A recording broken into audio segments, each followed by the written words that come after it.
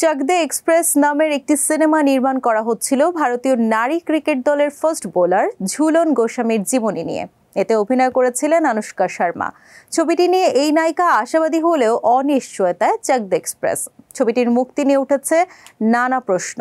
অন্যদিকে সিনেমা হলে মার্ভেলের দ্য ফ্যান্টাস্টিক ফোর ফার্স্ট স্টেপসের মাঝে দেখানো হয়েছিল ফায়ার অ্যান্ড অ্যাশের ট্রেলার, কিন্তু সেখান থেকে অনলাইনে ফাঁস হয়ে যায় সেটি। তারপর सो व्यूअर्स शोबिज स्टार गॉसिपे देखे नेब आजकेर तारकार फिशफाश। आज जर्सी पे अपना नाम बना लिया, आज काल अपना पहचान भी बना लेगा। বলিউডের চাক দে এক্সপ্রেসের মুক্তি নিয়ে অনিশ্চয়তা দেখা দিয়েছে। 2022 সালে যখন ঝুলন গোস্বামীর জীবনী নিয়ে চাক দে এক্সপ্রেস সিনেমা নির্মাণের ঘোষণা দেওয়া হয়, এরপর 2.5 বছর কেটে গেলেও এখনও সিনেমাটির মুক্তির কোনো খবর নেই।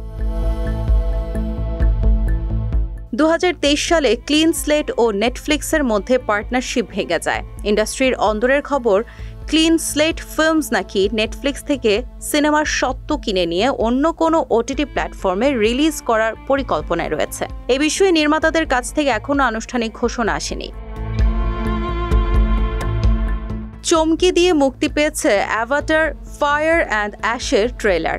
আগামী 19 ডিসেম্বর বিশ্বজুড়ে মুক্তি পাবে অ্যাভাটার ফায়ার অ্যান্ড অ্যাশ। গেল শুক্রবার থেকে সিনেমা হলে মার্ভেলের দ্য ফ্যান্টাস্টিক ফোর ফার্স্ট স্টেপসের মাঝে দেখানো হচ্ছিল fire and অ্যাশের trailer.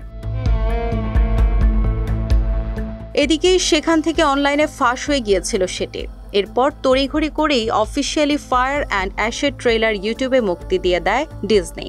Avatar fire and অ্যাশের নতুন অনেক কিছু যুক্ত করেছেন পরিচালক জেমস ক্যামেরন।